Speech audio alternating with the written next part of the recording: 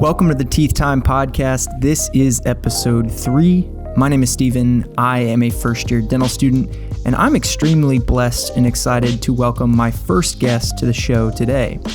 This guest is someone who is rapidly making his name known in the world of dentistry and dental school admissions. Joel Meyerson is someone who has likely helped us all in our journeys to dental school with his work on DAT Bootcamp and Roadmap Prep. And he is personally someone who I greatly admire.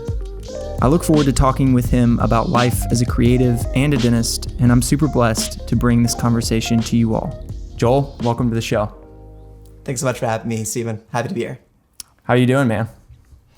I'm good. It's starting to finally warm up a little bit in Thunder Bay. For people who might have seen a little bit about my channel and where I'm located, I'm in rural Northern Ontario. And so it's been a pretty crazy winter. An average day here was about minus 30 Celsius, which I think is around minus 18 Fahrenheit. Oh. So it gets cold. And so this is one of the first nice days that we've had warm, sunny weather. It's lots of time outdoors. Yeah, it's different. It doesn't get that cold here, at least that consistently. But I will say I've noticed, and I don't know if it's also just part of getting older, but I've noticed that with every passing year, the weather seems to affect me more and more, to the point where, like, if it's a sunny day and I could go out and drive and like roll my windows down or go out and do something outside, like my mood just gets so much better. And those, the gloomy days, they sort of wear on you. But I'm glad that y'all got to go outside and have a nice day. I bet that was pretty incredible. Would you take the pup out? Yeah, always. We're always rolling with that dog Dobby.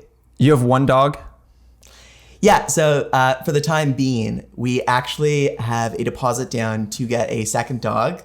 Oh, and we're going to be likely getting that middle of the summer. So that's awesome. I we're all about the chaos. Yeah, I can't wait to be a dog owner. I'm such a fan of dogs. Like I like go nuts every time I meet a dog, but I'm kind of waiting for more of a stable position to get into a dog, because I know the responsibility is very great. So I don't want to screw that up. But well, you're a productive guy, but I'm not sure throwing an additional thing into your schedule. I don't think I need it yet. Yeah, I don't think I need it yet. But well, thank you again for coming on. I've had this idea to just start this podcast and sort of just put more content out, and to just allow myself to expand upon my thoughts and my ideas, and then to also bring in creators like yourself to come in and give us all a little bit of extra, information and an extra perspective. So why don't you go ahead and just, if people are unfamiliar with who you are and your history, give us a brief history of sort of how you got into dentistry, where you went to school, when you graduated, and all that. Yeah, so I like to sometimes say that I got into dentistry by chance, and we can kind of talk about that a little bit more and how things have ended up working out for me. But long story short, I went into undergrad, college, being interested in science. My dad was a physician. I thought maybe I'd be interested in that. And a good friend of mine was taking the DAT, the dental admissions test, and told me that, hey, have you ever thought about it? Because I was a little bit interested in dentistry. And so I decided that, yeah, maybe I'd be interested in taking this test to see what my options are. And I was supposed to go away to Florida to visit my grandparents. And I called my grandfather on the phone and I asked him, would there be theoretically any way that I could change my flight if I wanted to take this test and use that time to study, have the 2 weeks? And he said, give me a few minutes, let me find out. So he calls me back 20 minutes later and he tells me, your flight's been canceled, good luck on your exam. So at that point, I felt like, oh, well, he's canceled his flight for me. I can't not take this test. So I ended up signing up for the DAT and I studied for the test, ended up doing pretty well on it. And so what do you do when you get a good DAT score? Well, you apply to dental school. So I applied to the 2 dental schools in Ontario and ended up getting in. And what do you do when you get into dental school? Well, you kind of you go for it. And so that was my unexpected path into the dental field. It wasn't completely just following where the wind blew me, but in a lot of ways, it wasn't as intentional as I definitely recommend other people who are going into the profession should follow, because I think I was very uninformed. I think that I didn't fully know what I was getting myself into. I think I maybe had shadowed a dentist once for an afternoon, prior to applying and deciding I was going to go to dental school. So I think in a lot of ways, I'm very fortunate in that it's been a great fit for a career for me. And I'm not sure how much of that is just my personality versus dentistry was like the right thing compared to a variety of other things. But I definitely don't recommend that type of lack of intentionality for students that are considering dentistry compared to any other field or just what you're going to do with your literally your entire life. Right. Yeah. And I think that's interesting because I've heard, obviously I don't have the personal experience yet, but I've heard that as time goes on and as the internet becomes more and more prevalent in all of our lives, patients are becoming more informed about dentistry. They do their research, they figure out who their dentist is, what the procedures are. And in the same sense, I think students are now much more informed with their career choices just because of all the information that's out there. And so I think I'm surprised almost daily by the students that message me and send me information about their process and what's going on with them, because I'm like, oh my gosh, you guys are so far ahead of where I was. And I went through not super long ago. So I just think the modern student is much more prepared and much more knowledgeable, which is a great thing. I mean, they come in knowing a lot. So, but that being said, I think that there's no true way to fully prepare for dental school. You kind of don't know what you're getting into. And everybody's probably going to react to it differently. So it's a big leap, but I think it's something that we all enjoy having the opportunity to do. So yeah, for sure. Yeah, that's awesome. Go ahead. Sorry. No, I was just going to say that being more informed, absolutely, you can't 100% know what you're getting into, but pre-dental students that are watching channels like yours or like mine that are actively seeking out information on YouTube, they're definitely going to be more informed than someone that just says, hey, this looks like a pretty interesting career. Maybe I'll take the DAT. Maybe I'll apply to dental school. Right. Maybe I'll go. Yeah. Yeah. They know their stuff. And I think it's awesome. So you graduate from dental school. Were you, at the time when you were in dental school, were you considering anything having to do with teaching online? Like, was this something that you were thinking about doing? Because I know, talking to Ari, the founder of Bootcamp, he was already working on DAT Bootcamp when he was a dental student, and it was his plan to go ahead and just roll right into it. Was that similar for you, or did you get into it a little bit later? So kind of similar to my path into dentistry, my path into getting into education and admissions wasn't actually that much of a preordained plan. So when I applied to dental school and I got in, that summer I was looking for a good paying job. And so I'd done pretty well in the DAT, so I applied to teach for Kaplan. And I got the role, and I spent that summer and the next summer teaching for Kaplan, the DAT. And as I was doing that, I had a student of mine ask if I could help to prepare them for their dental school interview. And I said, sure, give it a try. And I did a few sessions with her, and she started paying me. And a couple of her friends started to become interested. I guess she had, through word of mouth, had spread it around. And so I started teaching a few of them too. And this is into now maybe my second year of dental school. And as I'm doing this process, just kind of word of mouth, it keeps on spreading. And so I started hiring a few of my friends to help me to prepare people for the dental school interviews. And this ended up expanding. And in my third year of dental school now, we're helping people prepare for medical school interviews, dental school interviews. And that was kind of my first experience doing something outside of that very traditional path. So I think that many students have this idea of like a linearity of kind of, you start as a pre-dental student and you take your DAT, then you go into dental school, then you become a dentist, then you practice dentistry. And what I wasn't aware of, and just kind of in a lot of ways happened to me, was that you can choose to do all of these other great things that you might be interested in. And I think that it's one of the really amazing things about dentistry actually, is that it does afford you this balance that you can choose how much you want to be working, how much you want to pursue a YouTube channel, right, or work on dental admissions test prep, or have your hobbies, go fishing, whatever else. And so as I was completing my dental school, around third and fourth year, I kind of had this experience with entrepreneurship, and I saw DAT Bootcamp, this service that was started by someone that was in Columbia dental student just like me. And I said, hey, I can do that too. I have all this information in my head about the dental admissions test. And I know that I'm going to start practicing dentistry soon. And if I don't use it, I'm going to lose it. So why don't I do something with that? And from there, I created a website very similar to DAT Bootcamp that allowed students to prepare for the DAT online. It's called DAT Genius. And I launched that in my 4th year of dental school. And I ran that for about a year and a half. And I wouldn't say that I was competing in any sense with DAT Bootcamp. They were much further along, much bigger than I was. But at the same time, I was definitely on DAT Bootcamp's radar. And long story short, running a business, an online business, it has its ups and downs. And I decided that if there was an opportunity for me to roll all of my hard work into something bigger, to contribute to something where I owned a smaller part of the pie, but it was a larger pie. We're growing the pie overall. That'd be something I was interested in. And so I just kind of reached out to Ari and we started talking. And long story short, I ended up joining up forces. DAT Genius got rolled into DAT Bootcamp. And that kind of led to me getting more involved into this alternative world and alternative career of mine that I never predicted ahead of time, which is dental school education and education as a whole. Yeah, I think it's beautiful. And just another thing about our generation is we have the ability to do things like this. I mean, you just 20, 30, 40 years ago, you wouldn't have been able to do what you did. You would have got out of dental school and practiced dentistry, and that would have been your life. Similar to people like my dad, who's been a dentist for 42 years. And but nowadays, there's just so much out there that you can do with the internet. And I obviously have dabbled in that, have begun to dabble with that in the YouTube channel, and then now working for Bootcamp myself. So I think it's awesome. And so when did Roadmap Prep start? When did you start that? Was that after you began working with Ari at Bootcamp? Yeah. So Roadmap Prep, I've got a few tricks up my sleeve, and that's it. So it was the exact same idea with DAT Genius. So I'd run this interview prep company.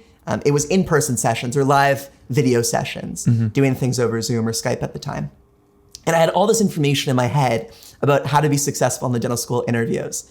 And it was a bit of a grind in dental school. I mean, I enjoyed it. It was super rewarding, but I would sometimes spend 8 hours on the weekend from 11 a.m. in the morning until 7 p.m. at night, just teaching people. And so I knew that I didn't want to continue to do that. I didn't think it was a good use of my time, just in terms of all the other things that I want to do and pursue.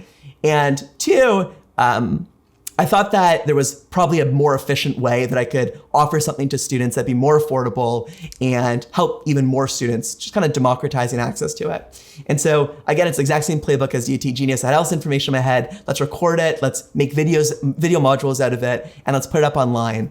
And so Roadmap Prep was started about a year and a half ago. And it was just me taking all this information I had at dental school and medical school interviews and making it accessible for students.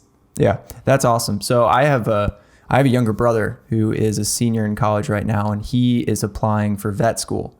And the hardest part of his application process for him personally, because everybody has, their most difficult thing, whether it's the school aspect or if it's the communication aspect. And his most difficult part has been the interview. And so I actually went on to Roadmap Prep and checked it out. And I was looking through some of the videos that you have on there for free. And, just for starters, so well done, because it follows, like you say, that same sort of outline that Bootcamp does so well at, which is the first thing for me. I'm a very visual person. I'm a content person. So I see the presentation of the videos and I immediately, I'm like, okay, this is done really well. But then, you're hitting all these really important topics and you're hitting all these questions that can be asked. And it's wonderful, because for me, I'm the type of person that I sort of like to think on my feet and just head into a conversation. Obviously, as far as my perspective on the dental school interview, you want to know your personal history, like to a T. You want to know and be able to discuss all of the things that you've done, all of the shadowing and all of the service that you've done, talk about the good things that you did in college, the bad things that you did. So you want to know all that. But I was sort of I want to be able to just sort of think on my feet and have a conversation. But some people like to be more prepared, to have specific, if I get this type of question, I'm going to answer it in this type of way. And so I think that's probably what you're really offering to students. So I think what you do is wonderful, because you're really, really impacting people. And it's been fun for me to see the small impact that I've had on some students, and, whether it's just a little bit of motivation or if it's concrete information that's helping them take that next step. Yeah. So I think that one of the reasons why I've been motivated to stay in this route for so long is because of the impact that you get to have. And in a lot of ways, it's actually almost surreal to me that I've gotten to play a small part in helping so many people at this stage get to reach their educational and career dreams, whether that's through my role at DAT Bootcamp, Roadmap Prep, or what I did before at DAT Genius, or Crush Interview back in the day. I've gotten slightly better at branding over time. It's fun that someone actually saw me on YouTube, and YouTube for me has been a great connector. It's all these people that I've kind of interacted with or had small conversations with back in the day, now are coming through and sending me messages. And again, that's a part of this reward cycle and motivation cycle that keeps you at it, especially when you have a smaller channel. But someone who I helped prepare for the interview 7 years ago sent me a message and just letting me know where they are today. They own a handful of practices. Wow. And they think that I played a small part in helping them set them up for success. And so absolutely. It really is so amazing. And the gratitude for helping someone get into their career, it's just such a big part of someone's livelihood and their life. It makes up such a huge component of what you do. And so allowing someone to get into what their dream career is really is so special. And I think it's a very unique thing about being in this specific realm and arena. But I think sometimes people who might look at, I don't know, me or you or something will say that, how am I ever to do this? And Ali Abdal, who I know that you're a fan of as well, I've heard him use this phrase before, which is that you want to aim for being a guide, not a guru. And so when students are trying to prepare for the interview, prepare for the DAT, or thinking about dental school or whatever else that they're doing, you don't always need someone that's kind of, I don't know, I'm a practicing dentist now, I have all this experience. You just need someone that's been a few steps ahead of you. So I know were a wonderful applicant when you applied to dental school, and not everyone's Stephen Ray and maybe wants to think on their feet, but you have such unique experiences. And it's also sometimes useful to find someone who's only a few steps ahead of you, that right. isn't someone on some ivory tower, but they were recently in a very similar situation to you, and here's how I navigated it. And so I think it's awesome that people in all sorts of walks of life and different positions are feeling this drive to go ahead and put themselves out there. And as you know, it can really lead to all these wonderful opportunities that you didn't expect to happen. Yeah. And I'm certainly not that far ahead in YouTube. My channel is still small, and as is yours, but I'm a little bit further ahead. But I think what's so inspiring when I look at you is that even when your channel was a tenth of the size, when you were at 100 subscribers or 200 subscribers, it's being able to take reward from the incredible impact that you can have even on a singular person. Imagine you had the opportunity to impact one individual's life as a pre-dental student. And they said, because of Stephen Ray, I understand this a little bit better. And so I think sometimes people get caught up when they're thinking about doing something like this, which is that, how am I to do it? But if you can even just get reward from those small micro interactions on a individual scale, I think it's something that can interfere but doesn't need to in someone trying to pursue something like what we're doing. Yeah, no, I have been shocked by that since the beginning, just seeing real people be affected by the work that I do. Because it's when we put out, first off, putting yourself out there, at least for me, has been not the easiest thing to do because it feels slightly unnatural. I've always loved being in front of a camera, but I the aspect of being an influencer, all that, I've never really considered myself that type of person.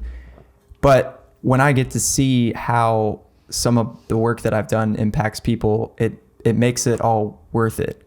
And like you say, even if it was just one person, and at the beginning it was, and now it's sort of, it's still really small, but it's I get messages pretty frequently, and people are, tell me that they appreciate what I'm doing and that it's actually making a difference for them. So yeah, it's really wonderful. But I wanted to ask you about the creativity part. Has that always been for you? Like, does it come naturally for you to use a camera, or is that something that you've sort of taught yourself to go along with what you do with Bootcamp and Roadmap? So I'm sure there are some people out there that are supernatural in front of a camera, but I've yet to talk to someone that identifies like that. And I certainly am not one.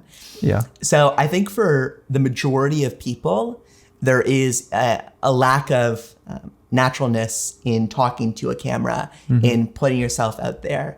And whether it's, I don't know, fear of being judged, fear of like, oh, why does this person think that they're so special that other people care about what they have to say? Just the fact that it's atypical, right? How many people in your class are doing something like this? I think all of those parameters go into it, as well as just the way that we judge ourselves, right? So maybe the first time you record, you don't know what you're going to sound like, but after that, you've got this living inscribed tablet of this is exactly how I am and how I present myself, and you don't like these verbal tics that you have and the way that you talk and the inflection or sound of your voice. And so then you become self-critical, and that's another limiting factor. So no, I definitely wouldn't say that I've always been natural in front of a camera. I still think I'm far from it. When I watch my videos, I always identify lots of ways that I think I could be better. Yeah. Oh my gosh. In terms of I do. creativity though, I think that I've always enjoyed being creative. And I think that it's, YouTube has been one of the most rewarding, and I don't want to get too fixated on it because I'm not sure how many people on your channel want to be creators. That's a whole different thing. Right. But I think that having some sort of creative outlet has been a wonderful thing for my life. I only can speak of the people that I are within my inner circle, but lots of people I know also enjoy being creative, having something that they're producing out there. And I think that doing something fun like this really does create a nice balance. But even dentistry itself is a very creative field compared to lots of others. My fiance, who's also a dentist, and I sometimes joke that it's incredible that we're getting paid every day to just play with our hands and to make things. Yeah. So whether it's a filling or a root canal, or you're making a custom tray for an impression for someone, or you're taking out a tooth and extraction, it really is, relative to a lot of things, a super creative field, which is something that. Yeah. You always hear that, because one of the big, I guess, bullet points that people include when they talk about why they want to become a dentist is because of the creative aspect. It's funny, when you get to dental school and you start actually doing some dentistry, if you step back for a moment, you'll think like, what am I doing? Like, because it's so different than any other thing. You know, I've done a lot of things with my hands in my life, but nothing is remotely similar to dentistry. And that is a challenge, of course. I mean, it's frustrating at times, but at the same time, it's a cool challenge. And I like I said, I'm super early on. I'm still learning how to cut preps, still learning how to work in indirect vision, which has been very difficult because they're insistent that we just use a mirror pretty much anytime we're prepping in the maxilla. So it's been difficult, but I think it's rewarding already, because even in the few months that I've been doing it, I'm already starting to see myself get better at it. And I know that will just continue. So I look forward to practicing dentistry. I'm like so pumped about that.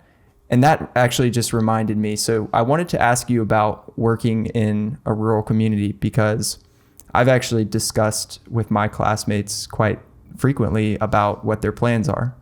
And I think one of the interesting aspects of being in a dental class is that you have 99 other people who are in the same exact position in their career as you, and you're all working towards the same goal. But once you get out, everybody's going to go and do different things. And so a conversation I've had with many people is the prospect of working in a rural community. So I was wondering, with your personal experience, if you could share a little bit about that. So when I graduated dental school, I was thinking about what all my options were. My fiance, I went to dental school in Toronto, big major metropolis, think like New York or LA. And my fiance was still living in Toronto. She was completing her undergrad. We weren't sure where she was going to go to dental school. And so I had 1 year where she was still going to be in Toronto. And I said, I'm willing to go for an adventure. It actually corresponds with the time that I'd launched DAT Genius. And I thought it'd be great for me to have a lot of time to focus on doing dentistry, getting better at that, and working on this business. Mm-hmm. And so while I was looking at all my options, I heavily considered going somewhere rural, primarily for that reason, as well as the fact that I wanted an opportunity to really develop my skills more quickly, to do broad dentistry, where I have an opportunity not just to do basic fillings, but complex restorations, lots of extractions, lots of root canals. And those were the three main things that I was considering, because in rural areas, it's a lot more blue collar. Typically, people aren't interested in cosmetics or implant restorations or anything like that. It's a lot of bread and butter dentistry. And so I thought that this would be a great opportunity to really jump in the position that I went to in a rural practice. I was the only dentist there. So I didn't have a principal dentist that was also in the practice, which can sometimes lead to them choosing the cases that they want and only giving you some cases that they maybe don't want to take on, which are the less desirable cases. And also an opportunity, frankly, just to make money. I talk about in some of my videos how I don't think you should go into dentistry for the money. But there's also nothing wrong with wanting to make a good living and do well by doing good. And so this was a great opportunity for just to earn a fair amount of money. One, because I was paid a higher percentage of collections being in a rural area. It's supply and demand, and they had to offer me something more attractive. And two, just frankly being a very busy practice.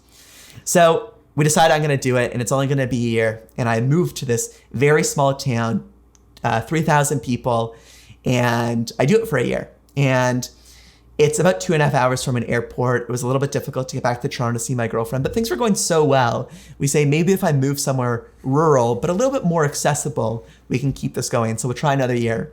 And so I moved to a bigger city, still in rural, remote Northern Ontario, but a bigger city that has more people, an airport in the town.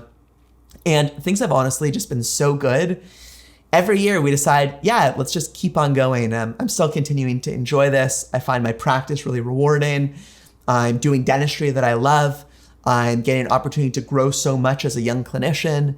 And it's continued to be so attractive to me that I haven't felt the need to leave. And it's actually been so good that my fiance now, who graduated dental school at the end, mid-2020, has now moved up here, and she's also practicing dentistry with me. And she's having a very similar experience where she is getting to do a ton of dentistry, really jump in with both feet, earn great money, develop her skill set very quickly. And so I think in a lot of ways, it's quite obvious about what all of the major attractions are. The less obvious things are what you give up, what are the sacrifices. Right. And the biggest ones are that you're moving away from maybe where your family is, where your friends are. These smaller towns aren't necessarily like a metropolis, right? You don't have 18 different Thai restaurants you can go to. You might not have a Starbucks. There are sacrifices that you give up at the same time.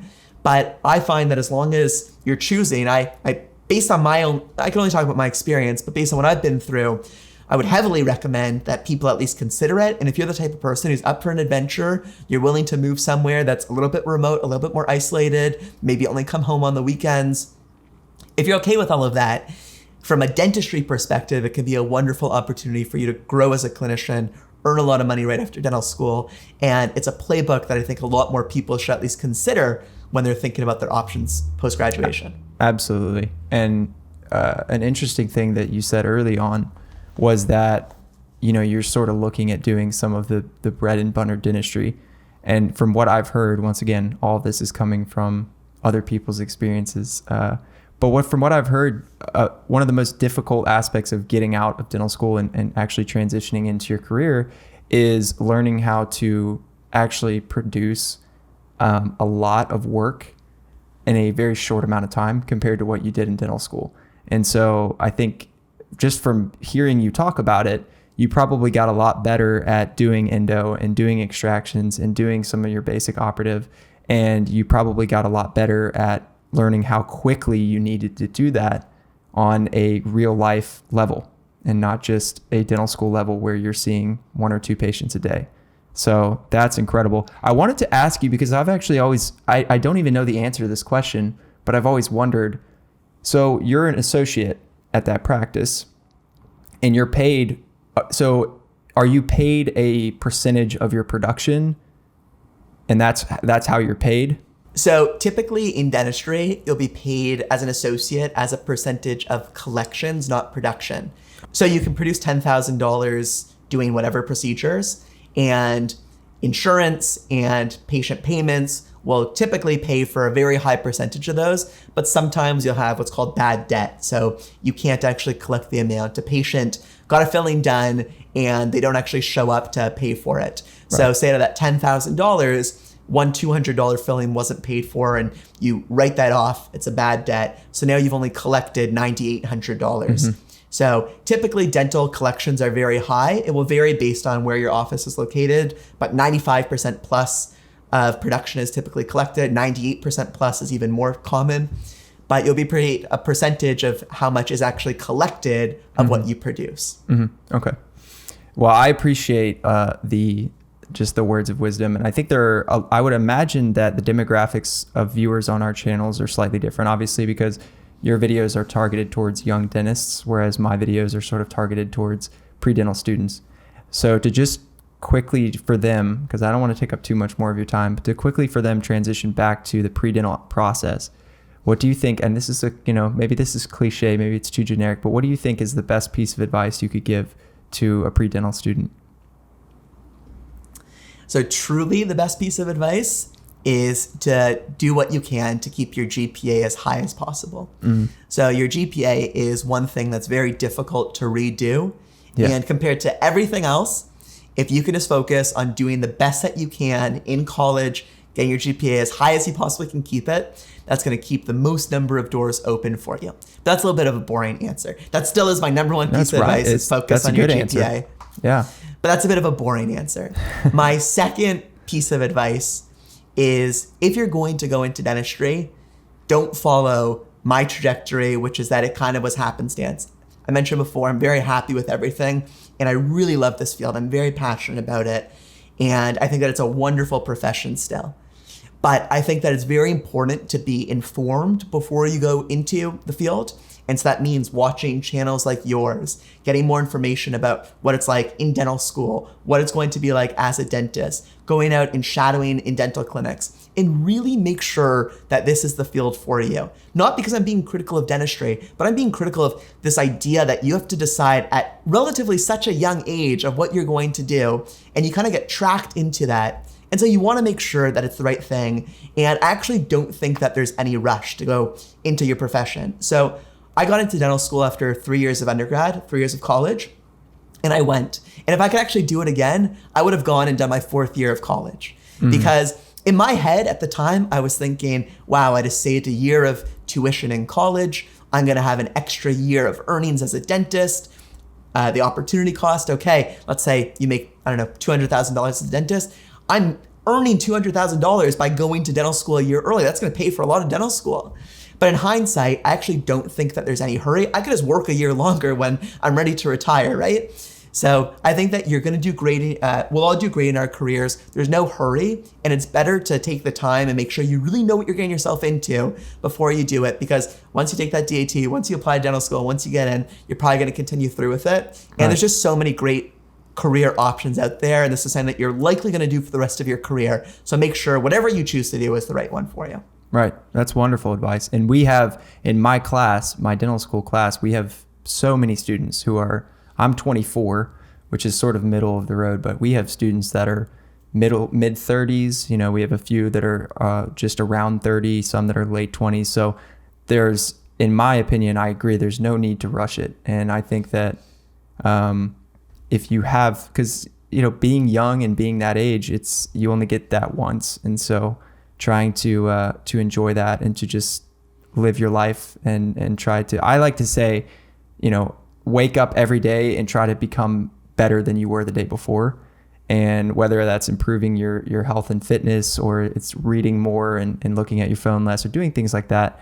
And so all of these things are wonderful things to do at a time in your life that is so formative.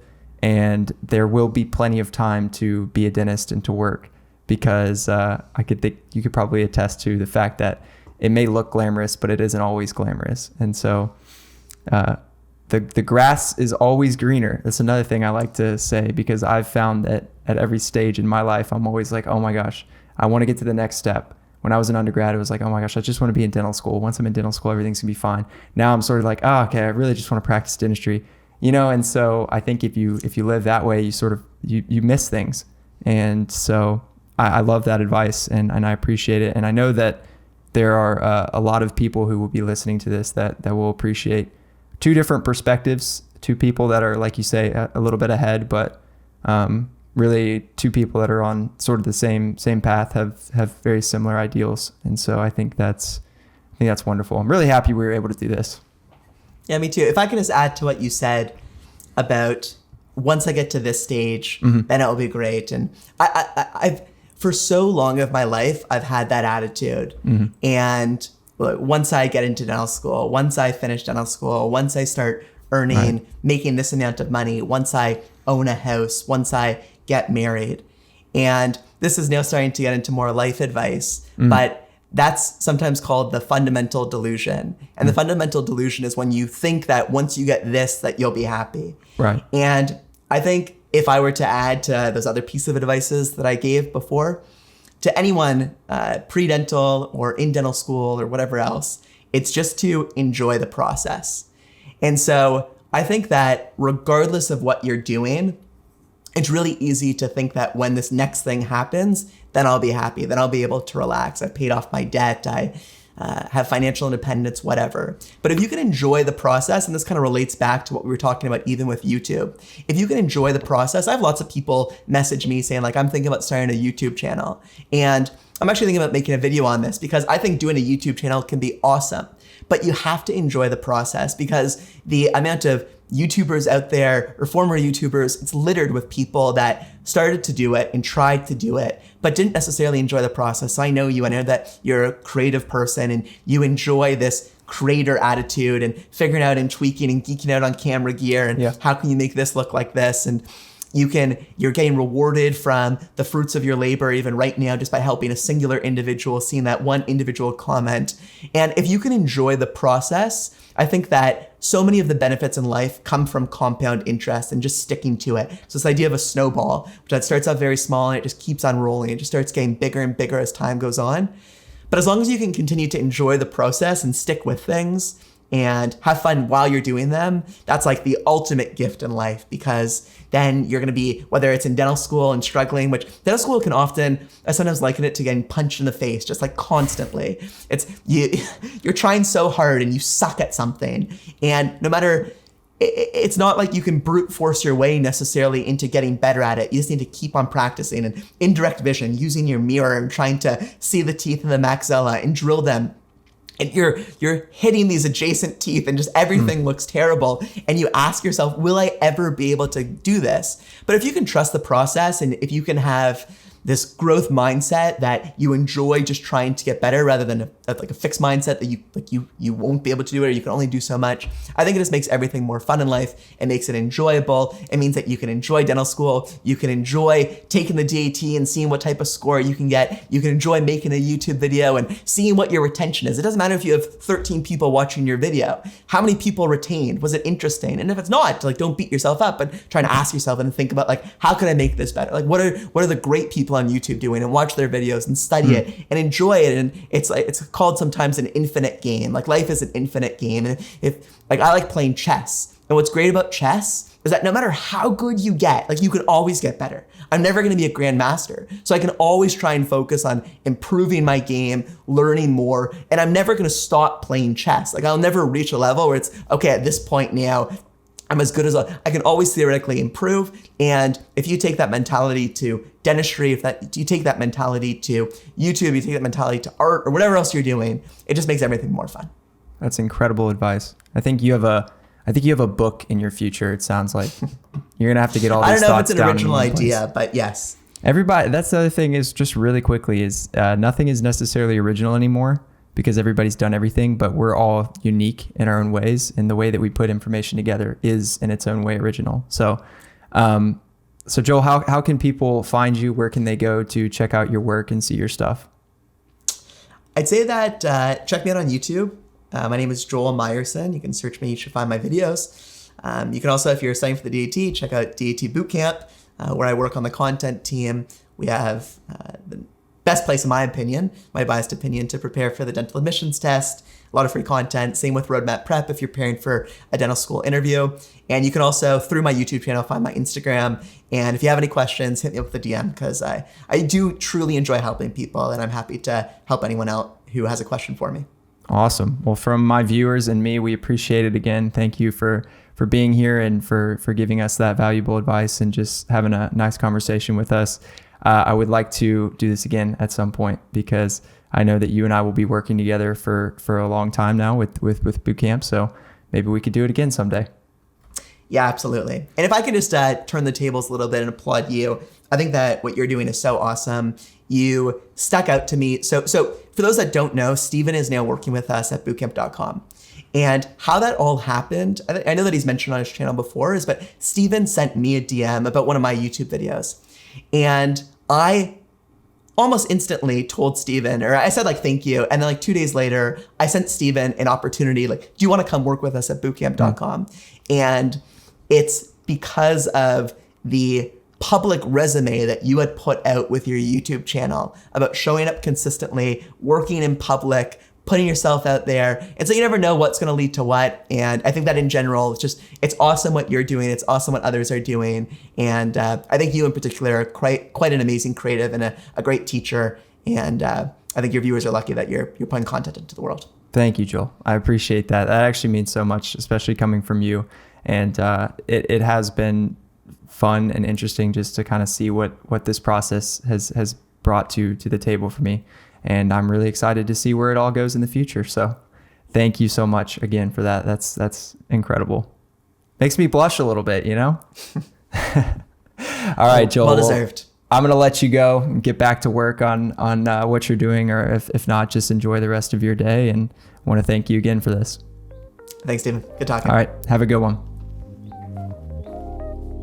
Thank you for listening to the Teeth Time podcast. I hope this conversation was at least somewhat enjoyable for you. Remember to check out my YouTube channel, that's Stephen P. Ray on YouTube, where you'll find plenty of visual content about the life of a dental student and creator. Also check out my Instagram at stephen.p.ray.dentistry. Long name, I know. I appreciate each and every one of you. This has been Teeth Time, and I'm out.